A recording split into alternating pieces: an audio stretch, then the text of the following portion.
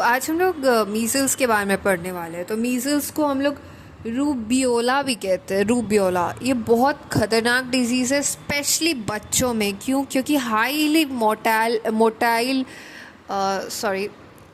Mortality वाला disease है। सो बच्चों में बहुत ज़्यादा डेथ कॉज करता है अगर ये इम्यूनाइजेशन नहीं मिला हुआ हो मीज़ल्स का। सो इसलिए this is a very important disease और इसके बारे में आपको सब कुछ पता होना चाहिए। So this is a highly infectious disease of the childhood. Highly infectious होने की वजह से अगर एक बच्चे को हो गया, वो स्कूल में जाता है, तो वो स्कूल के बच्चों को भी मीज़ल्स फैला सकता है। इसलिए आउटब्रेक हो सकता है मीज़ल्स का। कॉज बाई कौन से वायरस से होता है? तो ये myxo virus group of virus से होता है। और इसमें क्लिनिकल फीचर्स क्या मिलेगा? फीवर मिलेगा, catarrhal symptoms of the upper respiratory tract, जैसे कि coryza, cough, followed by typical rash देखने को मिलेगा मीज़ल्स का। ये हाई मॉर्बिडिटी और मोर्टालिटी इसकी वजह से होता है डेवलपिंग कंट्री में स्पेशली। और मीज़ल्स जो है ना, वो केवल ह्यूमंस में ही होता है, कोई एनिमल रिजर्वॉयर नहीं है मीज़ल्स का। ठीक है। सो प्रॉब्लम स्टेटमेंट क्या है? ये जो मीज़ल्स है ना, ये अगर 40% बच्चों में मीज़ल्स हो गया है तो उसको एपिडेमिक बोलेंगे।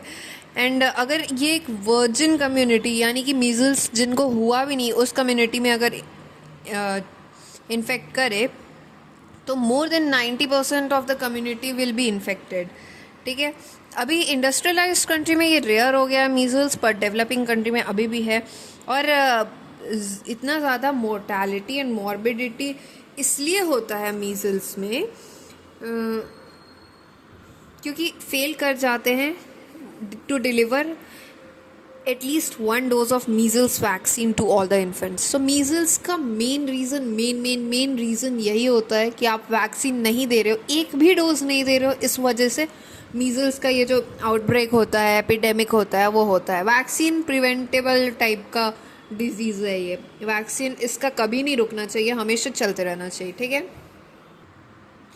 सो चैलेंजेस क्या है? मीज़ल्स का एलिमिनेशन क्यों नहीं हो पा रहा है अगर वैक्सीन प्रिवेंटेड है तो? इसलिए नहीं हो पा रहा है मीज़ल्स का एलिमिनेशन क्योंकि ये चैलेंजेस है। क्या है कि वीक इम्यूनाइजेशन सिस्टम है, सबको इम्यूनाइजेशन नहीं मिल पा रहा है। हाईली इन्फेक्शियस नेचर है मीज़ल्स का। थर्ड है कि पॉपुलेशन जो कि इनएसेसिबल है कॉन्फ्लिक्ट की वजह से, तो वो सारे पॉपुलेशंस तक वैक्सीन नहीं दे सकते हैं। Then increasing refusal of immunization by some population. कुछ पॉपुलेशन बोलते हैं मुझे नहीं चाहिए, रिफ्यूज़ करते हैं वैक्सीन को लेने से। Now the changing epidemiology of measles, which has led to increased transmission among adolescents and adults. अब क्या हो रहा है कि एपिडेमोलॉजी बदल गया है मीसल्स का, और अब ये adolescents और adult को ज़्यादा अब हो रहे हैं। The gap in human and financial resources at the country, regional and global level, यानी कि फाइनेंसेस नहीं है कि आप वैक्सीन्स भी दे सको। ठीक है। तो ये रीजंस है, ये 6 रीजंस है, इस वजह से अभी तक एलिमिनेट नहीं हो पाया है मीज़ल्स। सो 1980 में जब वैक्सीन इतना वाइड स्प्रेड नहीं था तो 2.6 मिलियन मीज़ल्स डेथ हुआ था। तो WHO और यूनिसेफ ने मीज़ल्स का रिडक्शन स्ट्रैटेजी बनाया है, जिसमें 2 dose of measles containing vaccine, यानी MCV केवल मीज़ल्स होता है, मोनोवैलेंट है, एक ही वैक्सीन होता है उसमें, 2 डोज उसका बनाया था। To all the childrens routinely services and supplementary immunization activity, SIA बनाया। ठीक है।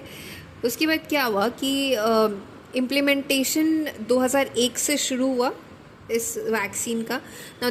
2010 में WHO के मेंबर्स ने 2015 के लिए एक टारगेट बनाया। क्या टारगेट था? 3 टारगेट था। पहला, raise routine coverage with the first dose of MCV more than equal to 90% nationally, मतलब पूरे देश में रूटीन कवरेज मीज़ल्स के वैक्सीन का मोर देन इक्वल टू 90% होना चाहिए। मतलब 90% बच्चों को एटलीस्ट मीज़ल्स की वैक्सीन लग जानी चाहिए। And more than equal to 80% in every district, हर एक डिस्ट्रिक्ट में more than equal to 80% measles vaccine लग जाना चाहिए। और इक्विवेलेंट एडमिनिस्ट्रेशन यूनिट, ठीक है, ये पहला था। दूसरा क्या था, reduce and maintain annual measles incidents to less than 5 cases per million में लेस देन 5 केसेस का इंसिडेंस होना चाहिए मीजल्स का, ठीक है। पहला था वैक्सीन के लिए, दूसरा इंसिडेंस के लिए है, और तीसरा क्या है, मोर्टैलिटी के लिए। तो रिड्यूस मीजल्स का mortality by more than equal to 95% in comparison with the estimated level in the year 2000। So 3 इनका स्ट्रैटेजी था। फर्स्ट वॉज कि जो कवरेज है वो मोर देन 90% नेशनली होना चाहिए, मोर देन 80% हर डिस्ट्रिक्ट में होना चाहिए। दूसरा है कि आपको जो केस है इंसिडेंस वो less than 5 cases per million होना चाहिए। और तीसरा है कि मीजल्स का मोर्टैलिटी जो है वो रिड्यूस कर देना है more than equal to 95% in comparison to the year 2000, ठीक है। सो ग्लोबल मीजल्स और रुबेला स्ट्रैटेजी तो 2012 से 20 में जो इम्प्लीमेंट हुआ था, उससे हम लोगों ने देखा कि सेकेंड डोज ऑफ मीजल्स और रुबेला की वजह से काफ़ी ज़्यादा जो केसेस थे वो डाउन हो गए। पर हम लोगों ने देखा कि जनवरी और फरवरी 2022 में काफ़ी ज़्यादा बढ़ गया मीजल्स का, और पैंडमिक भी सजेस्ट कर सकता था कि ये पैंडमिक तो नहीं आ जाएगा मीजल्स का। तो ये ऐसा क्यों हुआ, क्योंकि कोविड-19 आ गया था, तो इस वजह से बहुत लोग डिस्प्लेस्ड हो गए, conflict crisis, disruption of routine immunization हो गया, then lack of clean water की वजह से सैनिटेशन, ओवर क्राउडिंग, ये सब बढ़ गया 2022 में। इस वजह से हमारा केसेस भी बढ़ गया। 17,000 केसेस जो मीजल्स का था वो जनवरी फरवरी 2022 में अकेला आया, कंपेयर्ड टू 9,000 केसेस जो कि 2 मंथ्स ऑफ 2021 में आया। मतलब 9,000 से 17,000, ऑलमोस्ट डबल केसेस आए थे 2022 में। सो क्योंकि मीजल्स बहुत कंटैजियस डिजीज़ है, इसलिए जैसी वैक्सीन कम होने लगेगा वैसे ही मीजल्स के केसेस बहुत जल्दी बढ़ने लगेंगे। सो 2020 में कोविड के वजह से 23 मिलियन चिल्ड्रन जो है अपने बेसिक जो इम्यूनाइजेशन सर्विसेज होते हैं उसको मिस आउट कर गए थे। सो अगर हम लोग एस्टिमेट्स देखें तो 79% मीजल्स के केस जो हैं वो डिक्रीज़ किए हैं 2000 के कंपैरिजन में 2020 में। नाउ जो डेथ है वो 94% डिक्रीज़ किया है। और 2000 से 2022 के बीच में vaccine prevented estimated 57 million death जो है डेथ हुआ था globally compared with no measles vaccination. मतलब प्रिवेंट किया था, 57 मिलियन डेथ्स प्रिवेंट किया है वैक्सीन, राइट। सो इंडिया में काफ़ी चाइल्डहुड मॉर्बिडिटी होती है मीजल्स की वजह से। नाउ ये एवरी 3rd ईयर में इंसिडेंट ऑफ द मीजल्स जो है वो साइक्लिक इंक्रीज़ होता है, हर 3-3 साल पे एक साइक्लिक इंक्रीज़ देखने को मिलता है। जैसे ही इम्यूनाइजेशन का कवरेज अगर बढ़ने लगेगा तो देखेंगे कि जो साइक्लिक पीक्स है वो मिनिमाइज़ हो जाता है, ठीक है। अब ट्राइबल और रिमोट एरिया में बहुत सारे आउटब्रेक्स देखने को मिलते हैं, ठीक है। 1987 में 2.47 लाख केसेस रिपोर्ट हुए थे, whereas impending impendation of UIP number of cases has come down to 7,000 और केवल 4 डेथ हुआ था 2022 में, राइट। सो हम स्टेट्स का देख लेते हैं। जैसे झारखंड में 3,000 केसेस थे विथ नो डेथ, असम में 1,000 केस थे without any death. Now Karnataka में 440 केस था विदाउट एनी डेथ। सिक्किम में 339 केसेस था, नो डेथ। मतलब झारखंड में सबसे ज़्यादा मीजल्स का केस है, ओ माय गॉड। तेलंगाना में 337 केसेस थे विदाउट एनी डेथ। लक्षद्वीप में 3 डेथ्स थे, ठीक है। कंट्री जो है हम लोग का बहुत अच्छा प्रोग्रेस कर रहा है for goal of elimination of measles and rubella. Now strategy जो कि मीजल्स और रुबेला को एलिमिनेट करने में यूज़ हो रहा है वो है 95% coverage with measles and rubella vaccine, पहला। दूसरा है case based measles and rubella surveillance with adequate laboratory support, lab support भी मिल रहा है। कवरेज हो रहा है वैक्सीन का, फर्स्ट लैब सपोर्ट, दूसरा link with other child health interventions, तीसरा, चौथा है increased public confidence and demand for immunization. तो इम्यूनाइजेशन का कॉन्फिडेंस बढ़ रहा है लोगों में एंड डिमांड भी बढ़ रहा है। अब ना हम लोग एपिडेमोलॉजिकल डिटर्मिनेंट्स देख लेते हैं, दिस वेरी इंपॉर्टेंट। ये 3 पार्ट्स में होता है, हम लोगों ने पिछले में भी देखा था। So it's like a triad epidemiological determinant. So first में आता है एजेंट। एजेंट में आप उस जैसे मिजल्स इट्स अ वायरस, तो आप उस वायरस के बारे में सब कुछ पता होगी। होस्ट जैसे किसको इन्फेक्ट कर रहा है, हमें इन्फेक्ट कर रहा है, तो आप हमारे बारे में बताओगे कि किस एज ग्रुप में, सेक्स में, किस नरिशमेंट में, किस में ज़्यादा इन्फेक्ट कर रहा है, किन को ज़्यादा इन्फेक्ट कर रहा है। And the third is environmental factor, कि कैसे इन्वायरमेंट में ये ज़्यादा फैलते हैं। ठीक है, ये आप 3 चीज़ किसी भी डिजीज़ का, कम्युनिकेबल डिजीज़ में आपको एपिडेमोलॉजिकल डिटर्मिनेंट लिखना है। ठीक है, तो आप एजेंट में क्या देखोगे, एजेंट में ऐसा 5 हेडिंग है। पहला एजेंट के बारे में बताना है कि मीजल्स क्या है। सो आरएनए पैरामिक्सोवायरस है। ठीक है, आरएनए पैरामिक्सोवायरस है, ओनली 1 सीरोटाइप होता है। नाउ इस वायरस का केवल एक सीरोटाइप होता है। ये वायरस जो ह्यूमन बॉडी के आउटसाइड में सर्वाइव नहीं कर सकता है, बट इसको सब ज़ीरो टेम्परेचर में हम लोग स्टोर करके रख सकते हैं, और ये सेल कल्चर में वायरस जो है वो ग्रो कर जाता है। Now that this is agent factor, जो कि ख़त्म हो गया। ना एजेंट फैक्टर नहीं, एजेंट था। ना सोर्स ऑफ इन्फेक्शन क्या होता है। सो सोर्स ऑफ इन्फेक्शन केवल एक केस ऑफ मीजल्स हो सकता है, कैरियर इसका नहीं है, बट सब क्लिनिकल मीजल्स जो होता है वो more often than previously thought. कुछ एविडेंस बताता है कि कैरियर हो सकता है, बट कैरियर इसमें ऑलमोस्ट ना के बराबर होता है। केस जो होता है वही मीजल्स को फैलाता है ना। इन्फेक्टिव मटेरियल क्या होता है। So secretion from the nose, क्योंकि ये एक रेस्पिरेटरी डिजीज है। So secretion from the nose, throat, respiratory tract of a case of measles during the prodromal period और अर्ली स्टेज ऑफ रैश में, ये इसका इन्फेक्टिव मटेरियल है। ठीक है, सेक्रीशंस।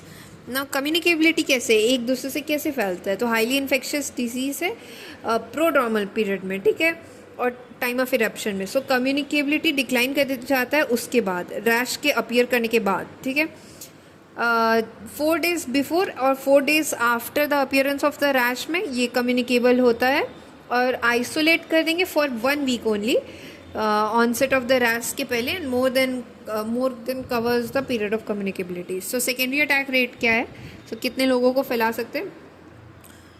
केवल इसका एक एंटीजेनिक टाइप होता है मीजल्स वायरस का। सो इन्फेक्शन जो होता है कन्फर्म करता है कि लाइफ लॉन्ग इम्यूनिटी मिल जाता है मीजल्स से। सो जो सेकेंड अटैक है represents error in diagnosis. Second attack rate मतलब कि वो इंसान को एक बार मीजल्स हो गया तो दोबारा हो सकता है क्या।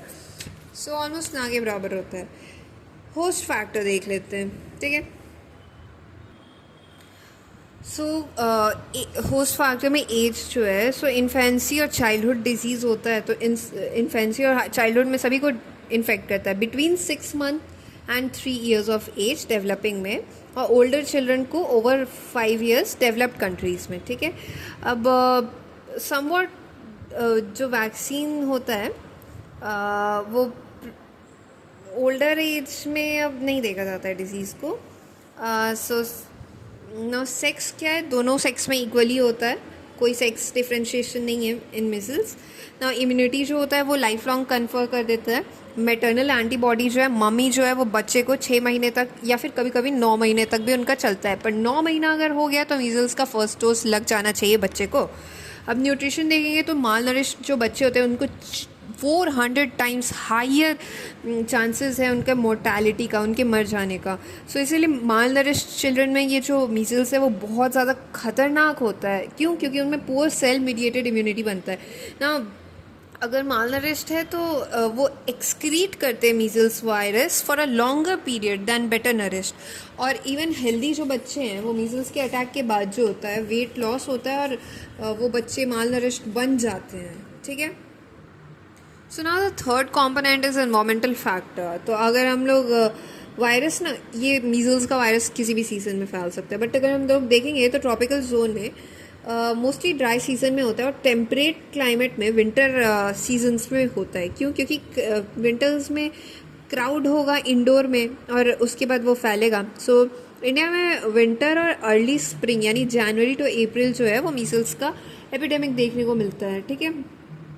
अगर देखेंगे लोअर सोशियो इकोनॉमिक कंडीशन है तो लोअर द एवरेज एज जो कि चिल्ड्रन आर अटैक, ठीक है। जितना उनका सोशियो इकोनॉमिक स्टेटस कम है उतना लोअर एज में बच्चे इन्फेक्ट हो रहे हैं मीजल्स से, ठीक है। तो ट्रांसमिशन क्या है, कैसे फैलता है, तो डायरेक्टली पर्सन टू पर्सन फैलता है। ड्रॉपलेट इन्फेक्शन है, droplet nuclei from 4 days before the onset of the rash and 4 days thereafter. 4 to 4 है इसका फैलने का, ठीक है। रेस्पिरेटरी ट्रैक्ट से पोर्टल ऑफ इन्फेक्शन फैलता है। इन्फेक्शन जो है कंजंक्टाइवा से भी फैल सकता है, कंजंक्टाइवा में जा सकता है, ठीक है। जो रेसिपिएंट है they are not contagious to vaccine, जिनको मिल गया they are not contagious to others. ना इंक्यूबेशन पीरियड क्या होता है, so 10 days from exposure to the onset of fever, 10 days होता है। 14 days to appearance of rash, rash के अपेयर करने से 14 days पहले तक का इंक्यूबेशन पीरियड होता है उसका, और 10 days फीवर के आने से पहले तक का। सो क्लिनिकल फीचर क्या होता है, 3 स्टेज होता है मीजल्स का, प्रोड्रोमल या फिर pre eruptive stage, eruptive stage and post measles stage होता है, ठीक है। सो प्रोड्रोमल स्टेज में क्या होता है मीजल्स में, 10 days आफ्टर इन्फेक्शन ये प्रोड्रोमल स्टेज जो है वो शुरू होता है। इसमें क्या होता है, 14 दिन तक लास्ट करता है। Fever, coryza, sneezing, nasal discharge, cough, redness of eyes, lacrimation, photophobia भी होने लगता है, vomiting, diarrhoea. Now 2 days to 1 या 2 दिन before the appearance of the rash Koplik spots दिखेगा। टेबल सॉल्ट क्रिस्टल्स जिसको कहते हैं अपीयर्स बकल म्यूकोजा में, कहाँ पे, फर्स्ट और सेकंड लोअर मोलर्स में। लोअर मोलर्स जो होता है फर्स्ट एंड सेकंड, वहाँ पे कोप्लिक स्पॉट्स मिलता है। स्मॉल ब्लूइश वाइट स्पॉट्स होता है on the red base, smaller than head of a pin. Their presence is pathognomonic of measles, मतलब कोप्लिक स्पॉट है यानी कि मीजल्स हुआ है, ठीक है। Second phase is eruptive phase. So नाम से ही पता चल रहा है इरप्टिव फेज का मतलब क्या है, इरप्शंस हो रहा होगा। क्या इरप्शंस, सो बेसिकली जो लीशंस होते हैं उन्हें बोल रहे हैं इरप्शंस। तो किस तरीके के लीशंस होते हैं, टिपिकल डस्की रेड मैक्यूलर या मैक्यूलोपैपुलर रैश मिलेगा। बिहाइंड द ईयर, शुरू कहाँ पे होंगे, कान के पीछे से स्प्रेड कर जाएंगे फ्यू आवर्स में, फेस में, नेक में, एक्सटेंड डाउन द बॉडी, 2-3 दिन में प्रोग्रेस कर जाएंगे लोअर एक्सट्रीमिटीज़ में। जो रैश है remain discrete but often it becomes confluent और ब्लॉची हो जाता है। कोई कॉम्प्लिकेशन नहीं हुआ तो लीजन फीवर जो है वो डिसअपियर कर जाएगा 3 से 4 दिन में, तो एंड ऑफ डिजीज़ हो जाएगा।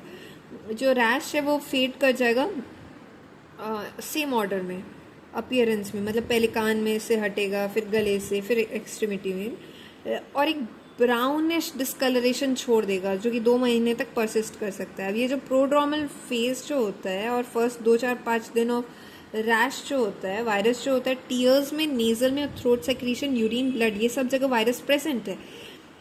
जैसे ही मैक्यूलोपैपुलर रैश अपीयर करता है तो सर्कुलेटिंग एंटीबॉडी जो होता है वो डिटेक्ट होना शुरू हो जाता है, तो वायरेमिया डिसअपियर हो जाता है, फीवर फॉल हो जाता है, तो रैश डेवलप करता है as a result of interaction with immune T cells. और वायरस जो होता है इन्फेक्टेड सेल का वो स्मॉल ब्लड वेसल्स में रहता है। सो पेशेंट जिनका डिफेक्टिव सेल मीडिएटेड इम्यूनिटी है उनको रैश भी नहीं डेवलप करता है।